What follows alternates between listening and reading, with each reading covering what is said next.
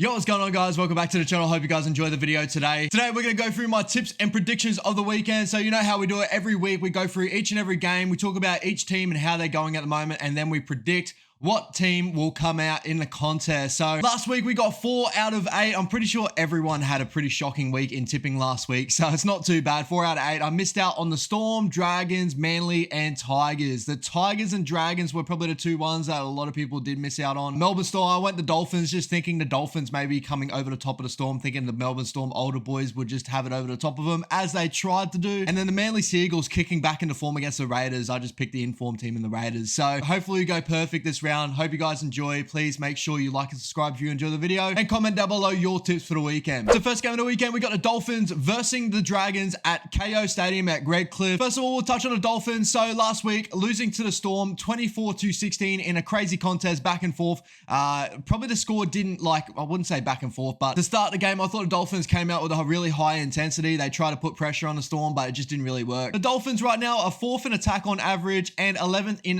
in defense on average. I didn't expect the defense to be slipping like 11th. I thought the defense in the Dolphins at the moment have been pretty good, but I think the games with the Raiders and all that sort of stuff have pushed them down a little bit. I thought Anthony Milford last week had some really nice moments when he came onto the field for a short stint. I'm not too sure what the go was with Isaiah Katoa, whether he's carrying a little niggling injury and all that sort of stuff, but with the names that they lined up this weekend, we got Cody Nikorima at fullback, which kind of a weird one for me, but he's been in amazing form in 5'8". I would expect, if it goes the way I'm thinking it will go, I'm thinking Anthony Milford might go back to the bench on 14. Tafare is sitting at 17th man, so I think Tafare might go in and Jermaine Asako might go fullback. I think it's like a Wayne Bennett sort of mind game sort of stuff, but then again, he could run out. I've seen Nikorima play fullback before, not that great, but yeah, I'm wondering what the go is with the pick there. I do honestly think Tafare probably will fill in that center role, and then, or even, I don't know if he'll play. Yeah, I don't know. I really don't know. This team is very picked.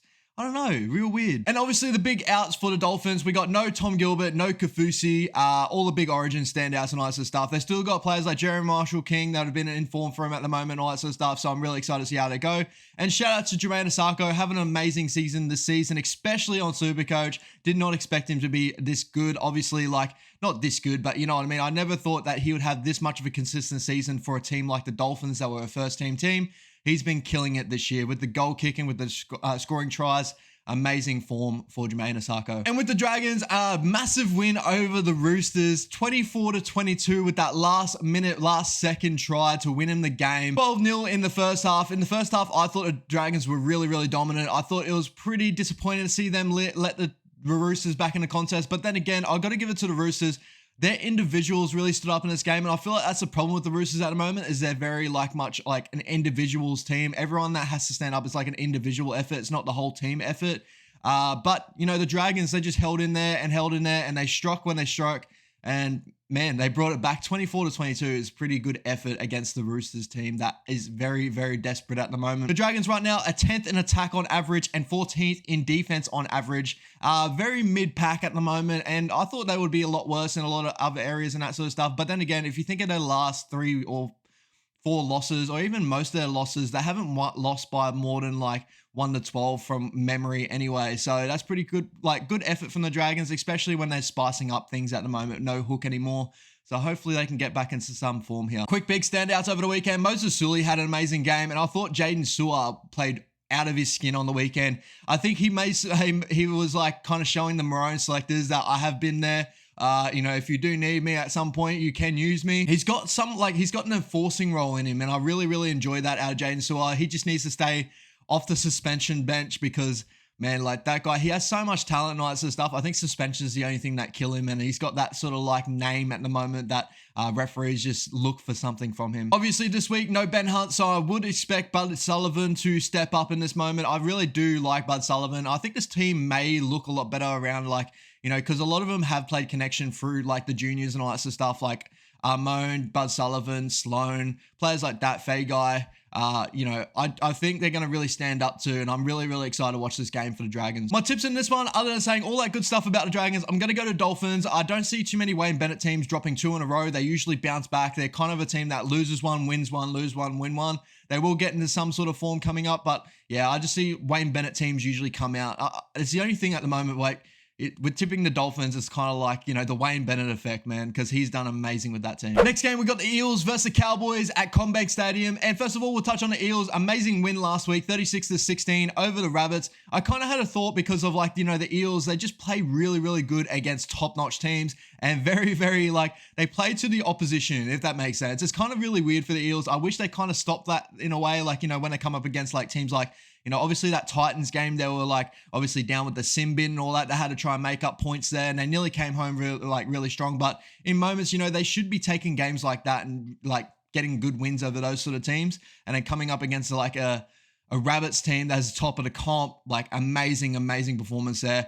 4 tries to 1 in that second half. They just really came home really, really strong. It was pretty close for most of that game. And with the Rabbits, we'll talk about them a little bit later on, but I thought they gave a really wasn't flat performance, but you can't stay up for that long. They had been in form for such a long time. I think about 5 to 6 weeks they're on form. So yeah, it kind of sucks for them. But with the Eels second in attack on average, so the attack is starting to hum right now, and 7th in defense on average, it definitely is a lot better than what the actual position on the ladder actually tells ya. But I think honestly, if you want to come down to it, I think the draw that they had to start with, where they played a whole lot of teams off buys and that sort of stuff, did not help this team at all. I thought Moses and Brown dominated together on the weekend. They had some really, really big moments. And I thought Bailey Simonson probably had his best game in NRL. Ended the game with 2 tries, 177 meters, 5 tackle breaks, and 1 line break assist. Amazing game from him.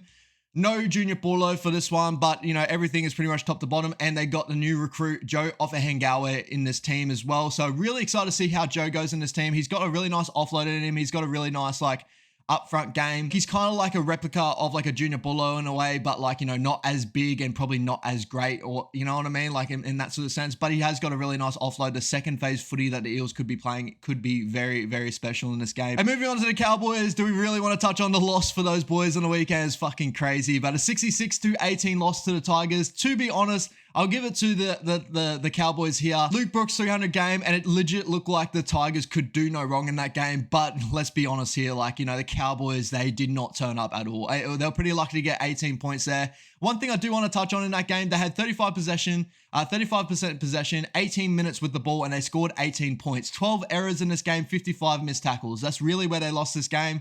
If you really think of it, 18 minutes, 18 points, 18 minutes with the ball, 18 points, that's pretty good performance. But when you actually watch the game, they were very, very flat. And the Tigers, just the ball was sticking. They were stripping them on edges. It was just really, really crazy to see. And Stafford Toller had a game out. So with the Cowboys, 13th in attack, 15th in defense. Last week, they were 8th, so they've dropped 6 spots after 1 week of a massive score against the Tigers, which is pretty disappointing. I did like what I saw out of Luciano Leilua in his first game back.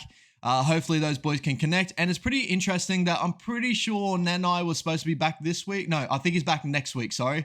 So, Helam Lukey, Luciano Leilua is going to be your edge back rows at the moment. Whether Nanai comes back and he fills in for Lukey and Lukey goes to the bench, that's the way I'm kind of think it's going to go. Even though Lukey had a really game last week, didn't have the best game this weekend. I thought the bigger performance in this game, obviously, was Scotty Drinkwater for me and Ruben Cotter for the Cowboys. I thought those 2 guys that kind of stood out, and they were actually playing pretty decent game for their, for the game that was being played. I thought Val was pretty disappointing, to be honest, and that was really, really disappointing before an Origin game. But Stafford Toller, I've always been rating him. He's an awesome player. Got really nice footwork at the line, and he's really, really strong, deceptively strong. So I'm really excited for Stafford Toller to get seen now, you know what I mean? Coming into this game, the Cowboys have no Cotter, no Val, no Dalangi, and no Dearden due to Origin duties. My tip for this game, I'm going to go the Eels at CommBank. I think the Eels, they just have a better record at CommBank overall. They're really hard to beat. Yeah, the Cowboys coming off last week, I do expect them to stand up, but with the team that they've named at the moment, they got some new people like Robert Derby playing wing, Zach Labor, who's got a little bit about him apparently.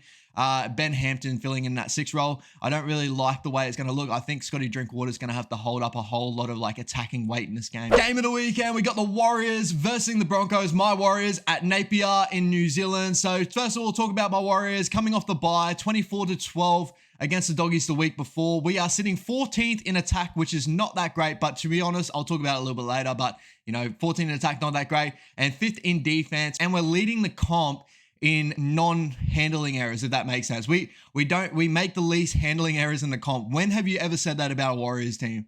is fucking amazing for me. If we just fix our attack, which I do think that Luke Metcalf, the big in, will definitely help us so much coming into this weekend. If you haven't watched him play, he is an electric 5'8" / fullback. He can really play anywhere in a way. The first game I watched him was in the Manly Nines comp, and he was an absolute star. And then he went to the Sharkies. I've seen him play a couple of games for the Sharkies in NRL, and he killed it.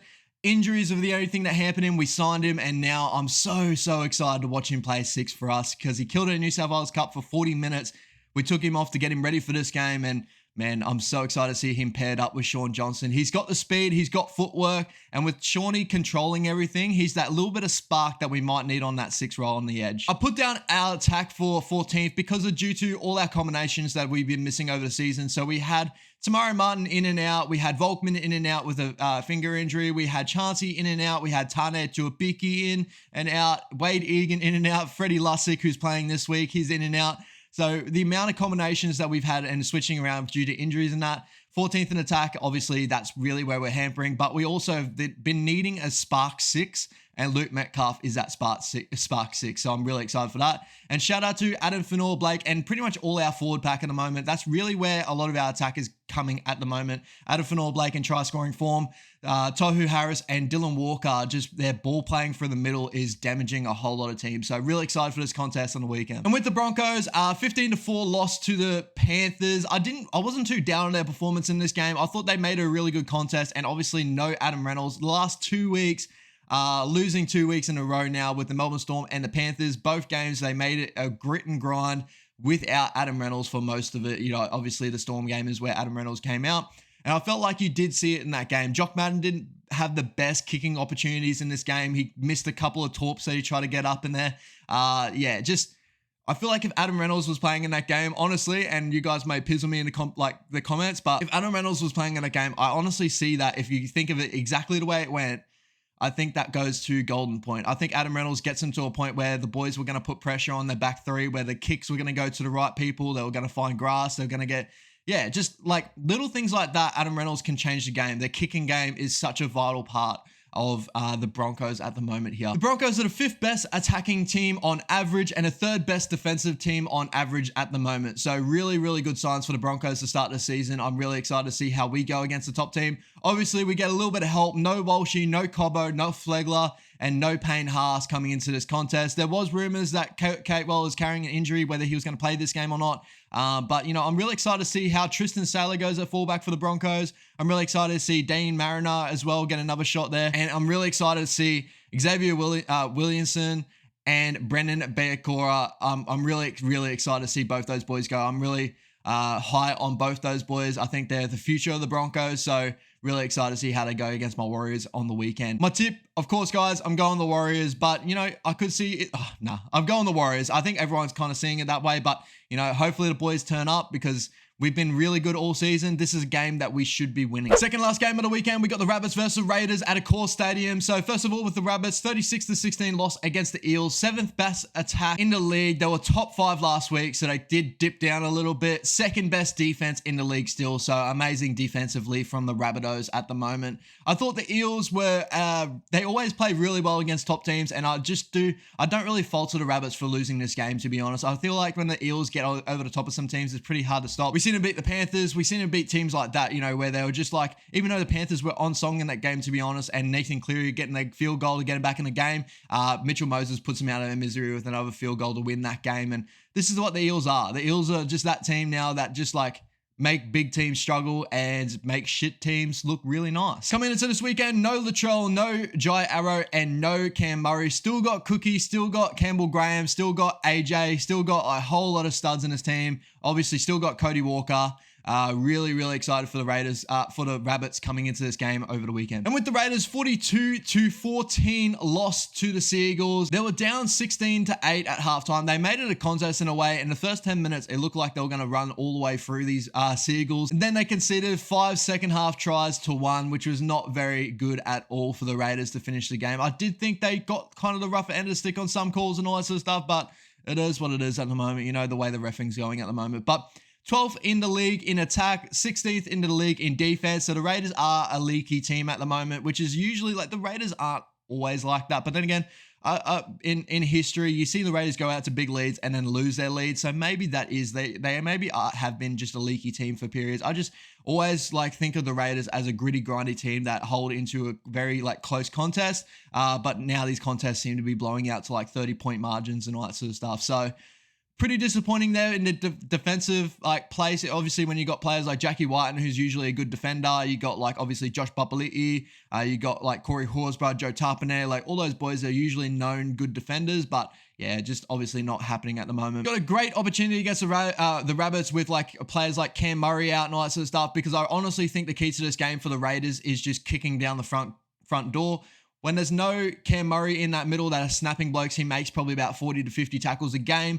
Someone else needs to have to stand up in the Rabbits team at the moment. And if you look at their forward pack, Totola, Sele, Cheekham, Host, and Knight, put them up against Josh Papali'i, Joe Tarpanay, Corey Horsburgh, Harry Naira. Basami Solo's pretty new and all that sort of stuff, but obviously big, rampaging forwards. I'm really excited to see how they go in this contest. My tip for this one is I got the Raiders. I think the Raiders may be a little bit too strong in this one. Even though the Rabbits aren't too hampered with the Origin teams out, I think Latrell is definitely a massive out for me. And obviously Cam Murray is a massive out for me. Jai Arrow could go either way, but I'm just saying, like, you know, of Cam Murray and Latrell are two massive pieces to this team, where with the Raiders, Hutto Young's been massive for them and all that sort of stuff. No Hutto Young, but other than that, they're pretty much full strength coming into this contest. The last game of the weekend, we got the Knights versus Eagles at McDonald Jones Stadium. First of all, we'll touch on the Knights. A 26-6 loss against the Sharkies. Could have been worse, but to be honest, if you look at the actual completion rate in this game, both teams were at 67%. Obviously, the Sharkies could have put loads more points in them, but in the first half, it was 12-16. I thought the Knights were making it some sort of a contest, losing Kalen Ponga for 15 minutes with that HIA head knock sort of thing.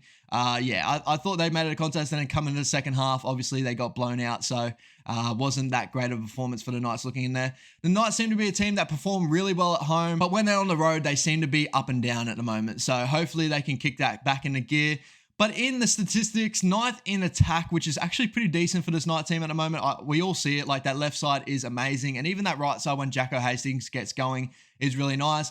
12th in defense, but the big talking point this weekend, Kalen Ponga is starting at fullback. Lockie Miller getting dropped to New South Wales Cup. I think that's really tough on Lockie. I think he's been okay all season. I think the last 3 weeks he hasn't been that great, but due to Kalen Ponga coming back into that side, he kind of took a back foot step. Before that, I thought he was one of their better players this season, so it was pretty disappointing to see, but I do like Tyson Gamble at 6 at the moment, and Kalen Ponga at 1. You know what Kalen Ponga can do. I think this is where Kalen Ponga is going to stand up and show the Origin boys that I want to be there next game, like, you know, all that sort of stuff. So it's up to Walshy what he does in that Origin series. No Frizzell in this one due to Origin duties, and Gagai has been named in this one. Obviously, he's not playing Origin. We all know this and that. I think Gagai is going to be in for a massive game as well. This is the one that I thought that Gagai has been having a great season this season, other than the last game against Connor Tracy, but you know, it is what it is. Like, Dan Gagai will come out this week and he'll try and prove himself, to be honest. And last of all, the Seagulls, 42-14 win over the Raiders. Really great performance in the second half. 16-8 at halftime, as I said before,